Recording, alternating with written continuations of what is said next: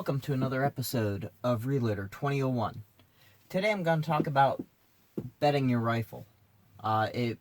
What bedding does, it just secures the bolt or the recoil lug a little bit better to your stock, so there's less movement in between shots, keeps everything exactly the same, which in turn creates a little bit better accuracy. Every time I've bedded a rifle, it's done everything everywhere from between a quarter to almost a full MOA better, just by this little simple process.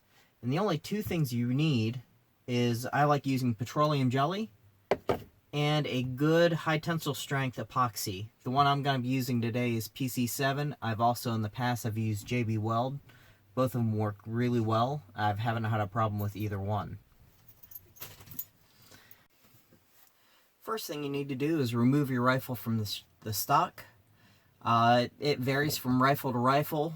Today I'm going to be using a Winchester model 670A, just an old 30-06 that I've never done this process, just because I don't shoot it a lot.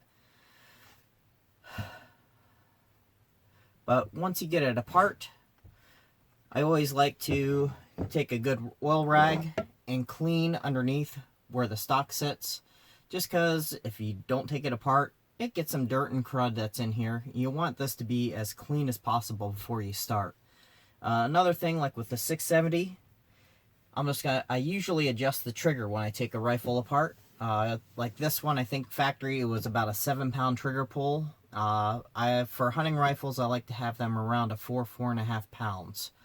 And with the Winchester Model 70s, if I can get this in frame, all it is two nuts right here against the spring, and it makes it really easy to adjust your trigger pull weights.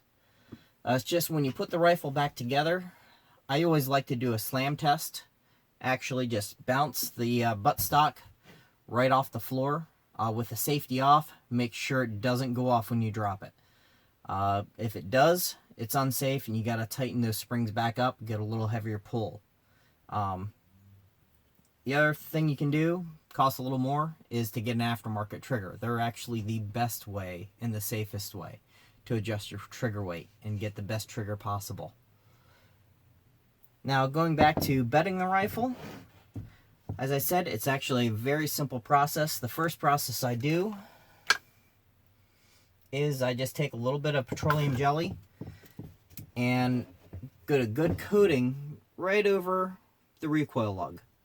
Now, all this does is keeps the epoxy from actually adhering to your recoil lug. Because quite honestly, if you'd ever want to take your rifle back apart, say you want to put that aftermarket trigger in, or you want to change maybe the magazine, or actually even change the stock, this will still allow you to get the rifle out. If you don't do this process, you're going to epoxy it straight to the stock, and quite honestly, that isn't good. But once you get a good coating, all you do is go to your epoxies, get them mixed together well. And after I get this mixed together, I'll pause the camera here for a minute. Okay, once you get your epoxies mixed, depending on the epoxy you use, you really don't have a lot of time. You only have a few minutes usually before the epoxy starts to set up. No, hi Perry. You're making this a little difficult. But when you're epoxying, if you see this little, right here is the groove in the wooden stock. Depending on your stock, it might be completely open up the front.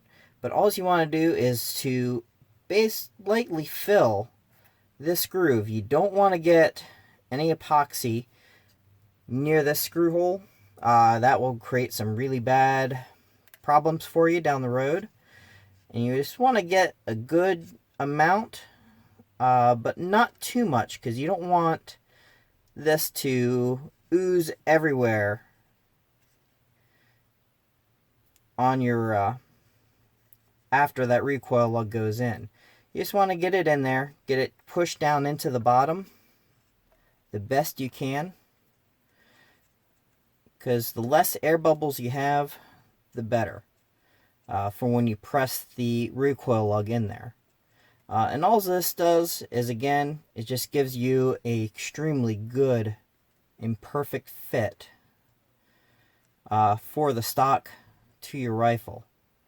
And once now that I have that in there, it's worked in pretty well.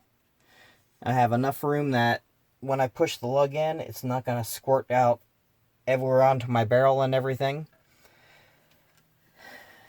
Again, you just have to remember to work fast. Get your barrel pushed in.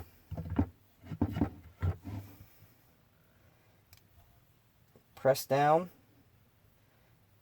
And you can feel it kind of squeeze out around that recoil lug. And then once you get that, oop, I forgot a major step. As you can see, now that I did that, because I forgot to put my magazine in. And that would have been really bad.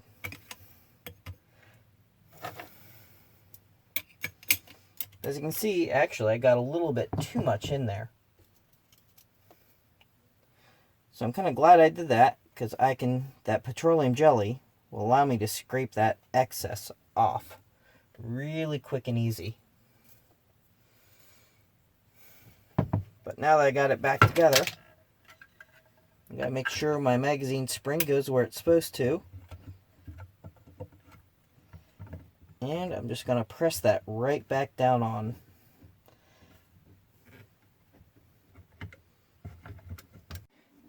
And once you get everything back together, just quickly get your screws back in.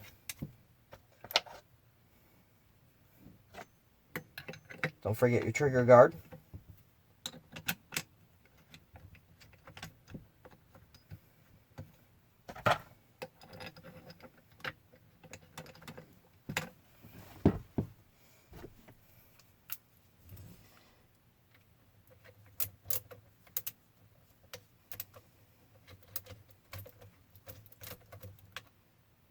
And get everything torqued down to right where it should be. Now again, you don't want to over tighten these.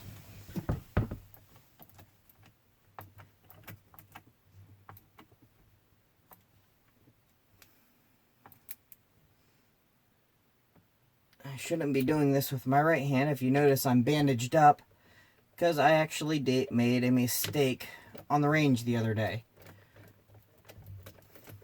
I was practicing a left-hand draw, and for some reason, I normally keep my right hand on my chest or behind my back. I decided to use a two-hand hold. I really don't recommend it because the slide took a pretty good chunk out of my thumb. Ended up with 5 stitches. If you ever change your grip, always dry fire practice first. A lot less painful, a lot less waste of ammo.